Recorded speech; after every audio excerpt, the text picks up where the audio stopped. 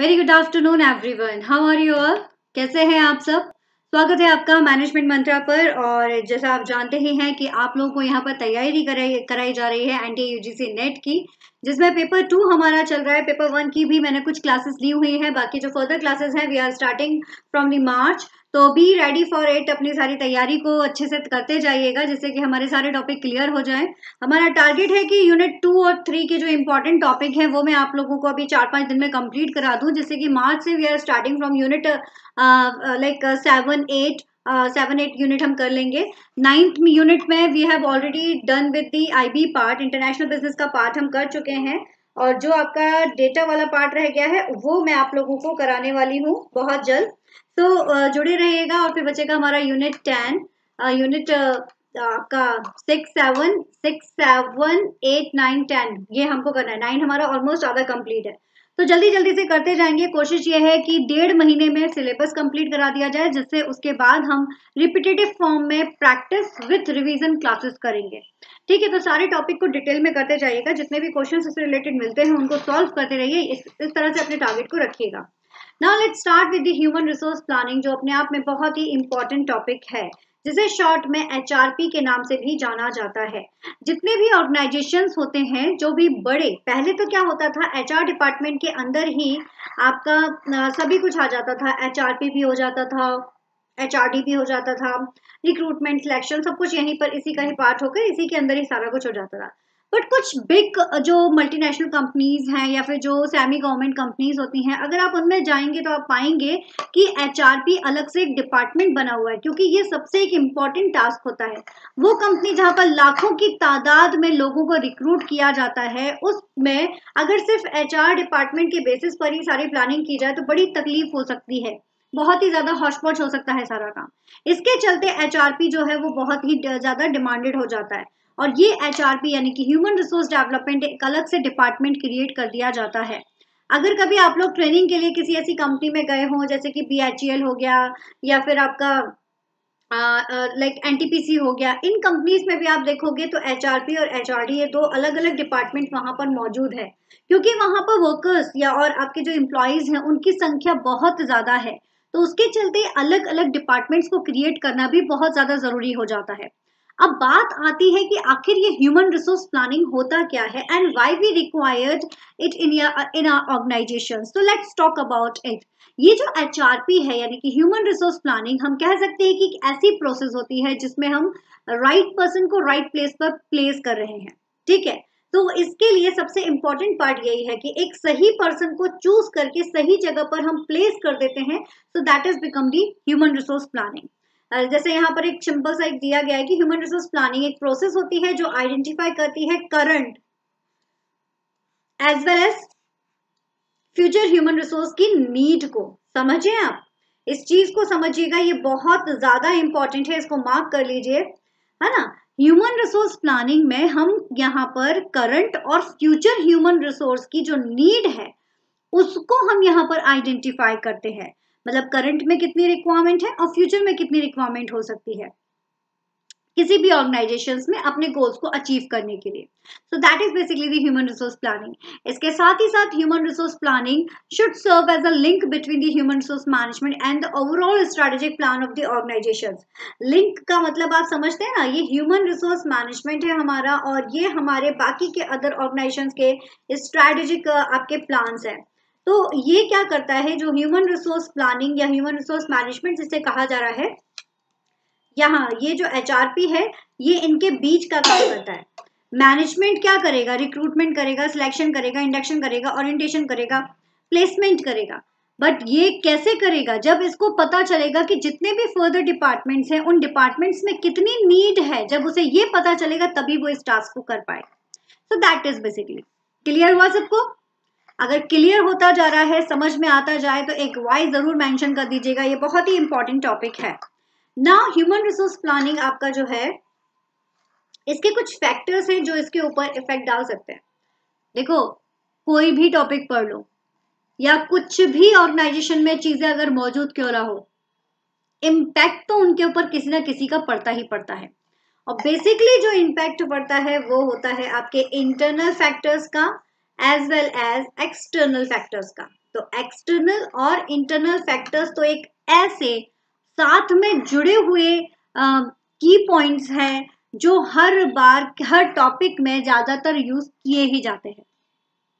तो उसी के चलते जो हमारे ह्यूमन रिसोर्स प्लानिंग को अफेक्ट करने वाले फैक्टर्स हैं, है ना, जो हमारी फ्यूचर की रिक्वायरमेंट्स देखते हैं ह्यूमन रिसोर्स की, जिसके ऊपर डिपेंड करते हैं, जो जो जब हम देखते हैं कि कौन कौन से हमारे ह्यूमन रिसोर्स की हमें रिक्वायरमेंट है, तो ये कुछ फैक्टर्स हैं जिनके ऊपर हम डिपेंडेंट होते हैं। जैसे कि फॉर एग्जाम्पल अगर मैं एक्सटर्नल फैक्टर्स की बात करूं तो गवर्नमेंट पॉलिसीज, मतलब टोटल मिला के देखा जाए तो आपने देखा होगा कि जब भी हम एक्सटर्नल की बात करते हैं तो दिमाग आता है हमारा PEST पेस्ट। सच कह रही हूँ, PEST पेस्ट, पेस्ट हो गया, पेस्टल हो गया, ये एक ऐसी चीजें हैं जो आए दिन हम सुनते हैं।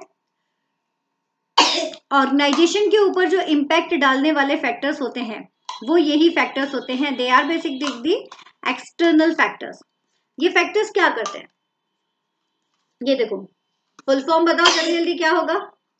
P फॉर पे आपका पॉलिटिकल, इकोनॉमिकल, आपका सॉरी सोशल एंड टेक्नोलॉजिकल। तो ये सब एक्सटर्नल फैक्टर्स कहीं ना कहीं हर एक पार्ट को इम्पैक्ट डालते हैं। तो ऑर्गेनाइजेशंस की प्लानिंग यानी सॉरी ह्यूमन रिसोर्स की जो प्लानिंग है उसमें भी ये आपका इम्पैक्ट डालते हैं। गवर्नमेंट की पॉलिसीज क्या कहती हैं उसकी वजह से फर्क पड़ सकता है। इकोनॉमिक फैक्टर्स अभी क्या है ना, इकोनॉमिक फैक्टर्स क्या है, कितना इकोनॉमी हमारे पास है, कितना हम और इन्वेस्ट कर सकते हैं या नहीं कर सकते हैं। Business environment factors like competitors के थ्रू या फिर डीलर या फिर आपका जो भी फर्दर लोग जो जुड़े हुए हैं हमारे बिजनेस के साथ में, उन सबको यहाँ पर देखा जा रहा है। इंफॉर्मेशन टेक्नोलॉजी है, जैसा आप जानते हैं आए दिन नई नई टेक्नोलॉजीज आपकी चेंज होती जा रही है, उसका इम्पैक्ट पड़ेगा, लेवल ऑफ टेक्नोलॉजी का इम्पैक्ट पड़ेगा। तो they are the external factor. उसी तरह से कुछ फैक्टर्स हैं जो इंटरनल है, जैसे कंपनी की स्ट्रैटेजी। कंपनी की स्ट्रैटेजी जो कौन डिसाइड करता है, top level management for all for like आपका होल कंपनी। तो इसके लिए कंपनी स्ट्रैटेजी एक इंटरनल फैक्टर होगा। HR की जितनी भी पॉलिसीज हैं वो आपके लिए होगा। प्लानिंग पीरियड्स अगर हम बात करते हैं कि कितने टाइम पीरियड के लिए आपने प्लानिंग की हुई है और किस तरह से वो डील आउट कर रहा है, तो it's also comes under the internal parts. And job analysis as well as expansion programs. Expansion मतलब बिजनेस को बढ़ाने के लिए जो आप प्रोग्राम कर रहे हो या जॉब को जब आप एनालाइज कर रहे हो, तो वो सारी चीजें, ये सारे वो फैक्टर्स हैं जो हमारे ह्यूमन रिसोर्स प्लानिंग पर इम्पैक्ट डाल सकते हैं। लाइक अभी आपने जो प्लानिंग की हुई है वो मान लीजिए आपने अभी प्लानिंग की थी कि we should recruit the 1000 employees for our factory, but इन तरह की कोई सिनेरियो अगर क्रिएट होता है तो ये नंबर आपका बढ़ भी सकता है और घट भी सकता है। इतनी सी बात आपको याद रखनी है।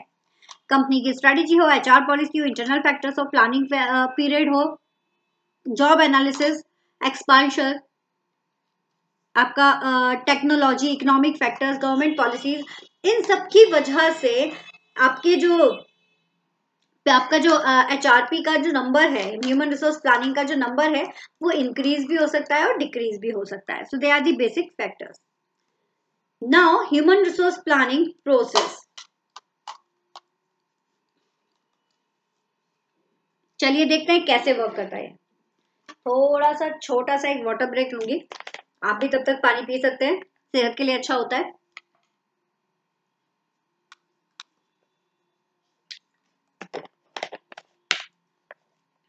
ओके गाइस, देखो इस डायग्राम को देख के हो सकता है कि आप लोगों को कुछ अपनी बुक्स में प्रिंट हुआ ऐसा कोई डायग्राम याद आ जाए जो ह्यूमन रिसोर्स प्लानिंग के लिए बनाया गया था, जो इसकी प्रोसेस को शो करता है। किसी को याद आ रहा है अपनी अपनी बुक्स के डायग्राम्स, जब हमने MBA में या BBA में कहीं पर भी आपने अगर पढ़ा है, MCOM HR अगर किसी ने किया हुआ है, BBA किया हुआ है, तो जरूर मुझे कमेंट बॉक्स में बताइएगा। तो ये जो ह्यूमन रिसोर्स प्लानिंग है ये क्या करता है, हमें पता है हमें क्या क्या चीजें रिक्वायर्ड है। पहली बात, इन्वायरमेंट बहुत जरूरी है। तो इन्वायरमेंट पता होना चाहिए कि इन्वायरमेंट कैसा है। जैसा हमने कहा कि इन्वायरमेंट का इम्पैक्ट पड़ता ही पड़ता है ना, तो वो हमें पता होना चाहिए।